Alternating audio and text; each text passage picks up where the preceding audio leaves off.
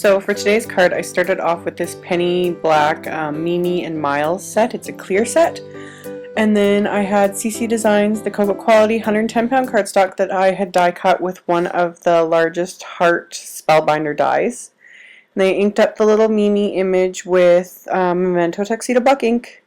And then the Miles, same thing, inked it up with Tuxedo Black ink and then stamped them both on the heart. Just like so. And then just used a wipe to remove the ink that got onto the craft mat underneath so that it didn't smear on any of the cardstock. And then I got into coloring in these images. So I started off with the E50 to lay down a base, and I did both of their skin tones at the same time just because, you know, it's just easier that way. So then I laid down the E50, and then I went in with E01 to start adding in the darker areas.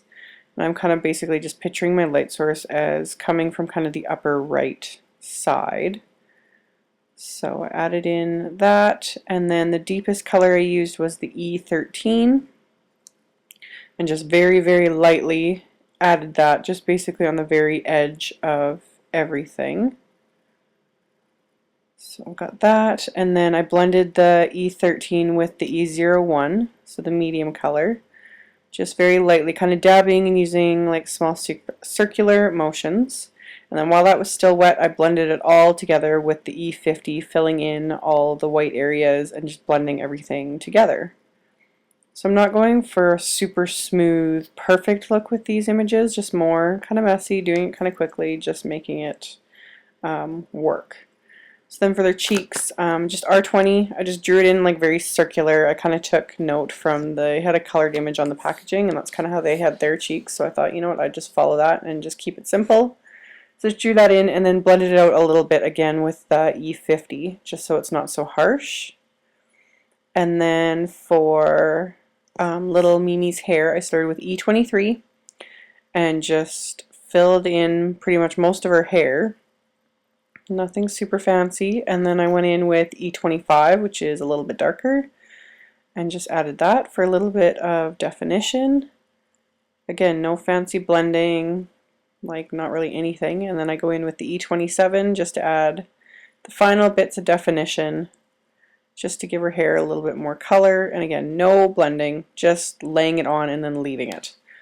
And then for Miles' hair, I just used Y26. Just filled it all in and left it as is. And then for his hat, I'm doing E23 and then adding the darker areas with E25, keeping it really, really simple. And then I'm going to blend that all back together again with the E23 again. So I just wanted it to be a bit of a lighter shade than her hair. And then for the little button on the top of his hat, I just filled that in with the E27. And then I'll come back to the hat later. So then for his shirt, I started with BG13, added a bit of depth with the BG15, which is just a shade darker, and then added the darkest color, which was the BG18 in the darkest areas. And then again, blended that together with the BG15 in the spots that I wanted. And then I'm going to blend it all together again with the BG13, which is my lightest. And then for the rest of his, and I did the same thing with her skirt, I just used the BG13 and the BG15 for her skirt. I didn't bother with the 18. I wanted it to be just a tiny bit lighter. And then I used BG000 on the rest of his shirt and on the wrap for the roses. And then the roses themselves, I started with RV25, and I did her the little heart in her hair the same way. And then I added RV29 just to fill in the darker areas. And then I went back with the RV25 just to blend all of that together. So super quick and simple. Yeah, not like I'm using quite a few colors, but not a ton of shades of the same color. Not doing a whole lot of blending with this one. For the leaves and the stems of the flowers, I started with G21, and then I added just a little bit of G24, which is just slightly darker, so I didn't bother with any blending with those. And then for her shirt, I did RV11.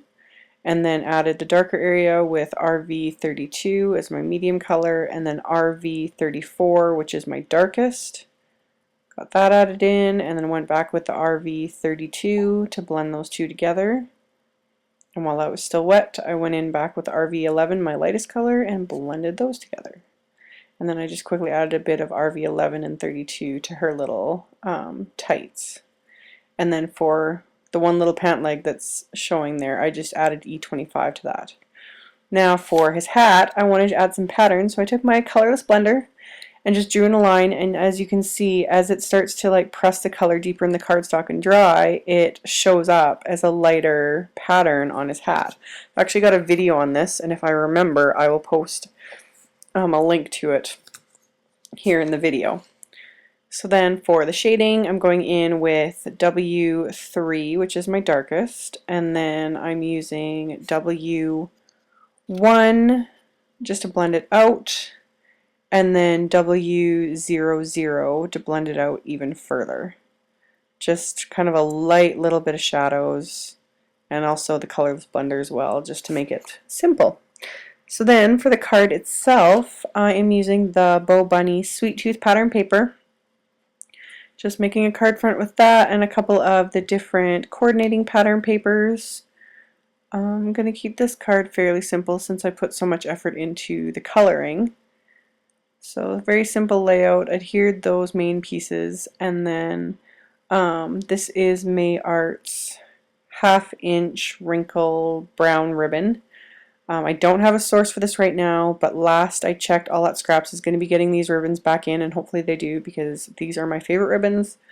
So I will let everyone know once I actually have a good source for these ribbons again, because I bought them months and months ago.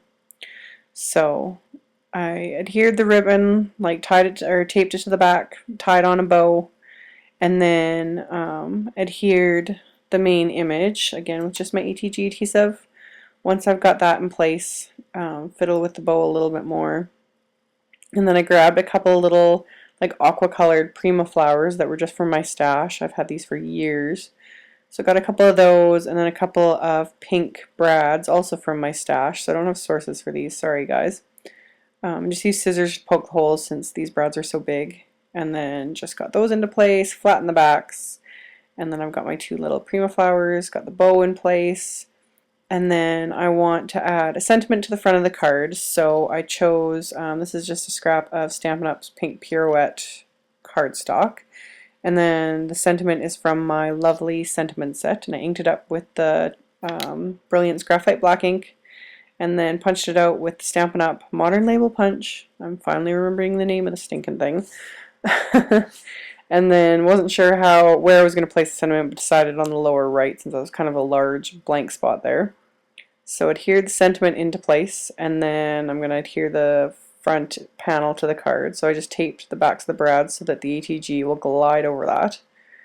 So once I've got my adhesive in place, I'll adhere this to the card front, which is again CC Designs, the 110-pound cardstock, and standard A2 size card, 4 1/4 inches by 5 1/2 inches. And then of course I had to add just a little bit of glitter to this, so I used my diamond stickles, just dabbed a teeny little bit to the heart in her hair and a little bit to the flowers and the tag, and that was it. Just left it as is. So then once I've got that, it's time to go the inside of the card. I decided to follow the exact same layout on the inside as I did on the outside, same pattern papers. I die cut another heart from white cardstock to write what you want to write to the recipient of the card, and then I chose another sentiment from the lovely sentiment set. I just like this one, it really cracks me up. So I stamped that with the Brilliance Graphite Black ink and then trimmed it down with my paper trimmer. And then all it is a matter of assembling the inside of the card. So adhere all the pieces down. The brown piece I cut just a little bit too big, so I just flipped it over and trimmed off the excess with my scissors. And then adhere the aqua piece, and then the heart I decided I was going to adhere closer to the edge than I did on the front because I wanted to make space for the larger verse. So once I've got that in place, like so, and then I have to adjust a little bit because it was crooked. So yeah, and then it's just a matter of adding adhesive to that and adhering it to the inside of the card. So as always, there'll be links to everything in the description box below the video, and thanks so much for watching guys, and I'll see you all in the next one. Bye!